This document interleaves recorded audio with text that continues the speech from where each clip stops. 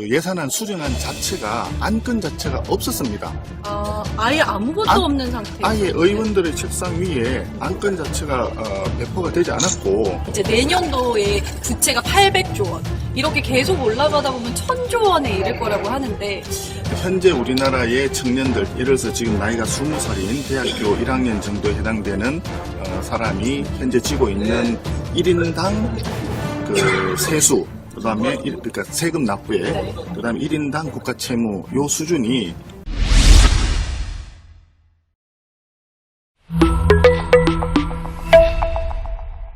4+1이라고 해가지고 민주당이 주도적으로 하면서 제1야당이고 원내 제2교섭단체인 한국당을 배제한 채로 4+1 결사체에서 했단 말입니다. 그러니까 이건 법적인 근거가 없는 불법 야합 결사체이다.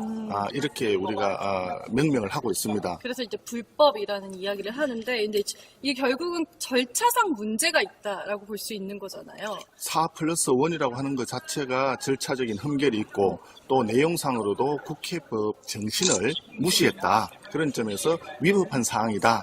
또 이렇게 볼 수도 있는 것이죠. 근데 이 절차상 문제가 이게 끝이 아니라고 제가 들었는데, 이거 말고도 어떠한 절차들이 문제가 있었을까요? 예, 4+1은 이제 예산안 수정안을 만드는 과정에서 민주당과 그 위성 정당들, 그런 정당들이 모여서 만든 불법 야합 결사체, 거기에 문제점인 것이고요. 사실상 예산의 본질과 관련해서는 예산안을 이번에 국회에서 통과시킨 그 과정에, 이 과정에 절차적인 흠결이 많습니다. 제일 먼저 지적할 수 있는 것이 세입하고 세출이 예산에 다 반영이 돼 있어요. 우리 일반적으로 예산이라 그러면 어떤 항목에다 예산을 사용한다는 세출만 일반적으로 생각을 하지만 세입도 포함이 되어 있는 것입니다. 그런데 그 세입은 세법이 확정이 되어야 세수가 들어오는 거기 때문에, 그래서 일반적으로 세법을 먼저 의사결정을 하고 그 세법에 따라 가지고 그럼 세수 전망을 해서 국가 예산을 쓸 수 있는 세입이 어느 정도 들어온다, 이렇게 전망을 하고 거기에 따라서 세출을 정하는 것입니다.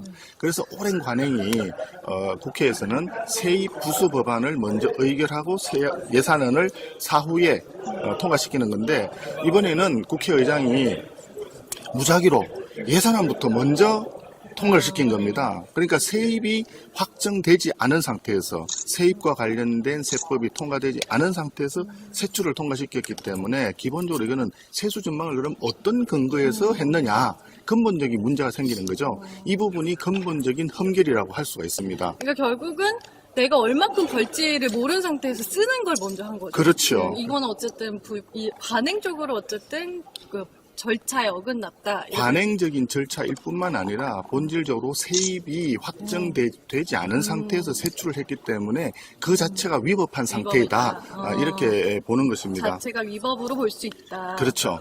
그리고 또 굉장히 중요한 그 위법이 있었는데, 그게 뭐냐 하면은 예산안이 238번째인가 아마 안건 순서가 그렇게 되어 있었을 텐데, 이걸 갑자기 끌어당겨서 하다 보니까 예산안을 의결하던 그 시간에 그 예산안 수정안 자체가 안건 자체가 없었습니다. 아예 아무것도 없는 상태. 아예 의원들의 책상 위에 안건 자체가 배포가 되지 않았고, 또 단말기를 참조해 주십시오라고 국회의장이 얘기를 했는데, 국회의장이 단말기를 참조해 주십시오 하던 그 시간에 국회의원들 책상 앞에 있는 단말기에 그 안건이 아직 들어와 있지 않은 상태였습니다. 그러니까 안건이 없는 상태에서 그냥 의결을 했다는 굉장히 중요한 흠결이 있었습니다.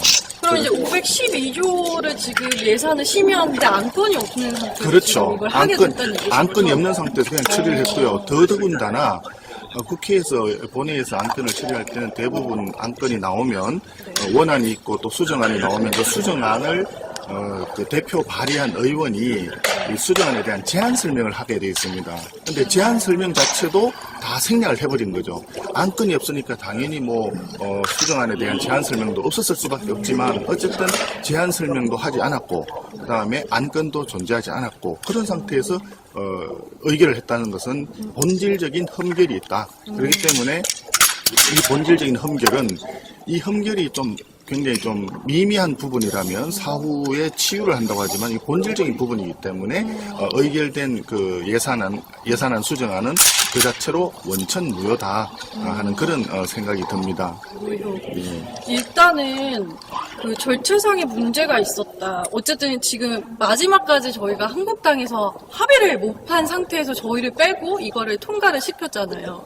근데 이제 한국당에서는 사실 그러면 이걸 어떻게 조율을 하고 싶었던 건지, 그리고 어떤 부분들에 대해서는 이건 아니다 이런 식으로 생각을 했는지.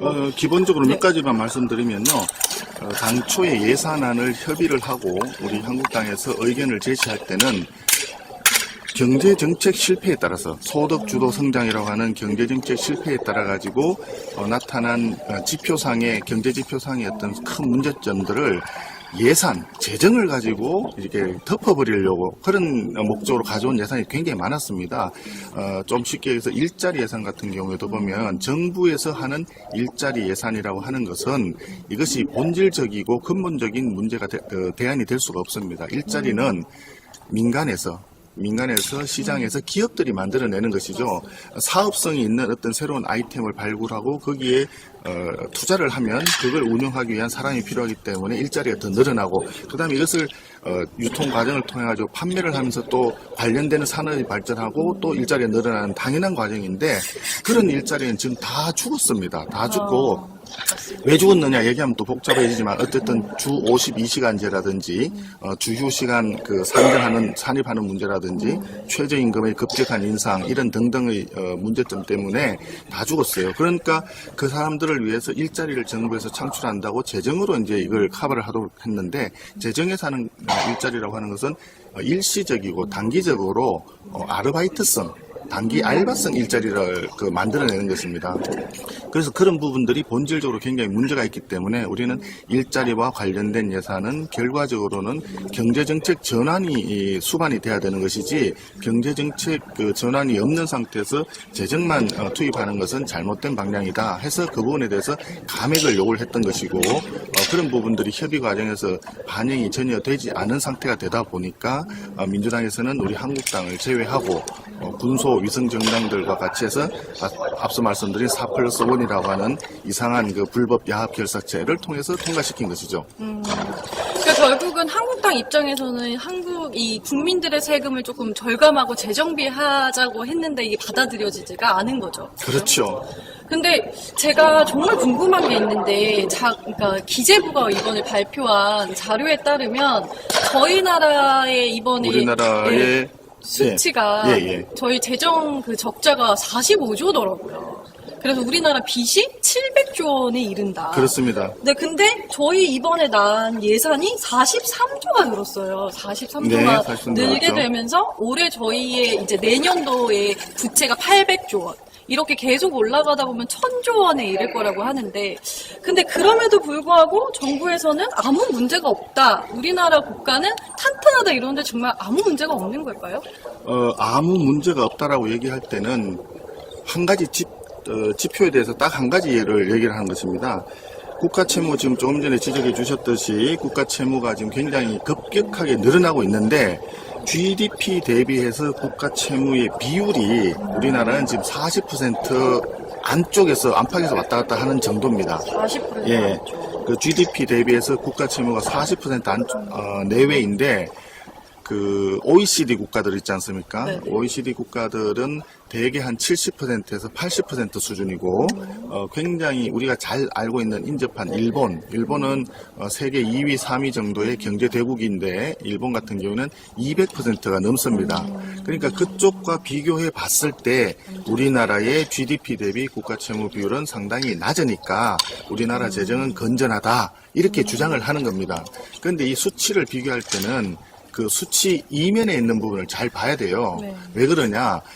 OECD 국가들은 사실은 굉장히 오래전부터 선진국이었지 않습니까? 그렇죠. 굉장히 발전을 많이 했는데 그 국가들은 고령화가 이미 완료된 나라들입니다. 평균 수명이 88세 이렇게 되고 고령화가 완료된 그 나라들이 GDP 대비 국가 비율이 이제 70%에서 80% 수준인데 우리나라는 이제 고령화가 막 진행이 되는 단계이고 또 다른 나라 OECD 국가들에 비해서 굉장히 빠른 속도로 고령화가 진행 중인 나라예요. 그러면 향후에 고령화가 되면서 재정 소요는 폭발적으로 늘어나게 돼 있거든요. 그러니까 돈이 점점 늘어나는 나가는 거죠. 네. 지금 현재 재정이 뭐 그닥 그 문제가 없다라고 하지만 곧 닥칠 가까운 미래에 그냥 가만히 있어도 이게 폭발적으로 GDP 대비해서 국가 채무율이 늘어나게 돼 있습니다. 그래서 2030년 정도만 가면은 현행 우리 재정제도와 복지제도를 더 이상 확대를 시키지 않고 그대로 유지하더라도 OECD 국가와 그 유사한 정도로 평균 정도로 가게 될 수밖에 없는 게 현재 우리 재정입니다. 그렇기 때문에 숫자를 볼 때는 굉장히 조심스럽게 봐야 되고 또 하나 지적할 수 있는 게 GDP 대비 국가 채무 비율 얘기할 때는 우리나라 같은 경우에는 사실상 공공 부분이고 공무원이 해야 될 부분이지만 실제로는 공무원이 아닌 공기업이라든지 공공기관이 굉장히 많아요. 공공기관의 부채도 그렇죠. 공공기관 부채가 굉장히 많이 있습니다. 그런데 알다시피 프랑스나 독일 같은 이런 나라는 가보면 특히 공공기관이 공기업이 국가에서 직접 수행을 하면서 학교 같은 경우에도 초, 중, 고등학교, 심지어는 대학까지도 정부에서 다 책임지고 하는 경우가 많습니다. 그런데 우리나라를 한번 보세요. 고등학교만 하더라도 반이 사립학교입니다. 또 대학은 80% 이상이 사립이에요. 거기는 다 개인이 돈을 내는 거죠. 그런데 그것을 만약에 국가 재정이 세금을 받아가지고 그것으로 세금을 국가가 만약에 한다 치면 우리나라의 국가 채무 비율은 벌써 뭐 80% 이상 갈 수밖에 없는 것이거든. 그러니까 숫자를 해석할 때는 다른 나라하고 그런 것들을 객관적으로 중립적으로 비교해서 봐야 됩니다. 그러니까 우리나라 현재 40% 수준이기 때문에 GDP 대비 국가 채무 비율이 객관적으로 높은 건 아니지만 전체적으로 봤을 때는 지금 타이트하게 관리하지 않으면 굉장히 위험한 상황이다 하는 점을 지적하고 싶습니다. 이 하나만 보고 안전하다라고 이렇게 저희를 거짓으로 선동을 하는 그렇죠. 거라고 볼 수가 있는 거죠. 그렇죠. 근데 이게 사실은 저희한테 완전 와닿는 게 뭐냐면 청년들 이게 사실 빚이 점점 늘어나면 이거 갚아야 하는 건 이제 청년들이고 미래 세대들이잖아요. 그렇기 때문에 이제 예산을 좀 꼼꼼히 봐야 되는 거 아니냐 이런 생각이 듭니다. 실제로 이 국민들은 짠테크라고 해요. 그러니까 자신의 부채를 이렇게 줄이려고 짠테크를 하면서도 이제 세금을 내고 있는데 이 국가에서는 지금 재산을 늘리면서 세금이나 이런 거 예산을 늘리면서 사용하고 있다는 게 굉장히 안타깝습니다. 한 가지 더 말씀드릴까요? 지금 청년 말씀하시니까 네네.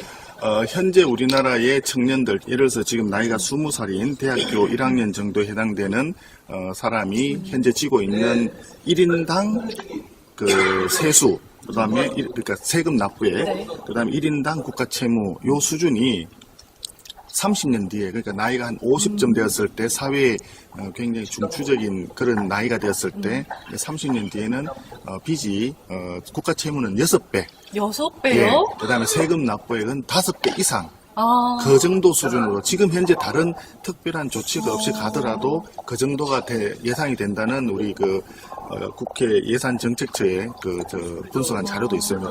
이렇게 많이 오른다. 근데 사실은 이렇게 계속 예산이 늘어가면서 어디에 예산을 쓰고 있어요? 사실 총선용 세금? 사용? 이런 이야기들을 하는데. 이게 굉장히 심각한 상황입니다. 지금 우리나라 예산은 전체적으로 보면 예산과 그다음에 이제 공식적인 네임은 예산 그리고 기금 이런 걸 다 합쳐가지고 총지출이라고 하는 개념으로 좀 사용을 하고 있는데 그냥 통칭해서 이제 예산이라고 하죠. 통칭해서 쉽게 예산이라고 이제 얘기를 하는데 어쨌든 그 중에 반 가까이가 복지 그다음에 노동 일자리 예산입니다. 그러니까 복지 예산이 많이 늘어난다고 하는 것은 기초연금이라든지 이런 거 하면 이제 그 어르신들한테 매월 25만 원, 이번에 30만 늘었잖아요. 나가는 돈. 그 다음에 아동수당이라든지, 그 다음에 어린이집이라든지, 아이돌봄, 이런 부분. 그리고 장애인이나 노령자들에 대한 그러니까 케어라고 하는 그 돌봄, 이런 부분들, 그런 예산들이 굉장히 많이 나가는 거죠. 그런데 이런 부분들이 소요가 앞으로도 계속 늘어날 수밖에 없을 겁니다. 사회가 발전하면서 이제 경제 쪽 측면보다 복지 쪽 측면에서 예산은 늘어날 수밖에 없는데 문제는 뭐냐 하면 앞서도 말씀드렸지만 지금 경제정책은 굉장히 잘못된 방향으로 가는 게 뭐냐 하면 사람들이 누구나 내가 이런 새로운 생각을 가지고 이런 사업을 하면 돈이 벌리겠다 하면 거기에 따라서 열심히 하고 자기가 투자를 해가지고 사업을 키우거든요. 그러면 이게 전체적으로 성장이 되는 것이고 일자리가 이제 만들어지는 것인데 전반적으로 사회는 그런 걸 오히려 죽이는 방향으로 지금 정책을 펴고 있지 않습니까? 그렇죠. 조금씩 아무리 돈을 나눠주고. 그러니까 나는 일할 능력이 있고 일할 의지가 있는데도 불구하고 일주일에 52시간 이상 일을 하면 본인도 범죄자가 되고 고용하고 있는 고용주도 범죄자가 되는 게 현재 우리 대한민국이에요. 있을 수가 없는 이야기입니다.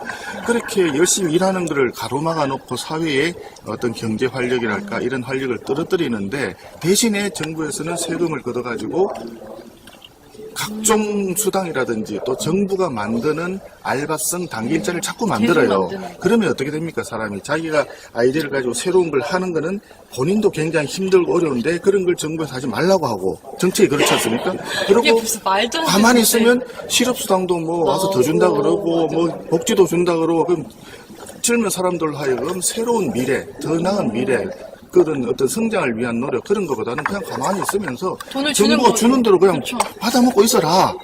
이게 바로 말하자면은 굉장히 위험한 전체주의적인 사회, 그 다음에 활력이 떨어진 사회. 결국은 경제가 예, 떨어진다. 네네. 국가가 나서가지고 국가가 사회 전체적인 시스템 자체를 발전적이고 미래적이고 진취적으로 창의적으로 가야 되는데 전체적으로 국가가 나서서 당신들은 일도 하지 말고 창의적인 생각도 하지 말고 투자도 하지 말고 가만히 기다려. 우리가 돈 이렇게 해가지고 줄 테니까 이게 포퓰리즘의 전형적인 모습이거든요. 지금 우리 저 베네수엘라 모습 잘 보지 않습니까? 베네수엘라 그렇게 저 석유 팔아가지고 잘 나가던 나라가 포퓰리즘 그거 하는 바람에 지금 완전히 엉망진창됐지 않습니까? 맞아요. 맞습니다. 반면 교사로 삼아야 됩니다.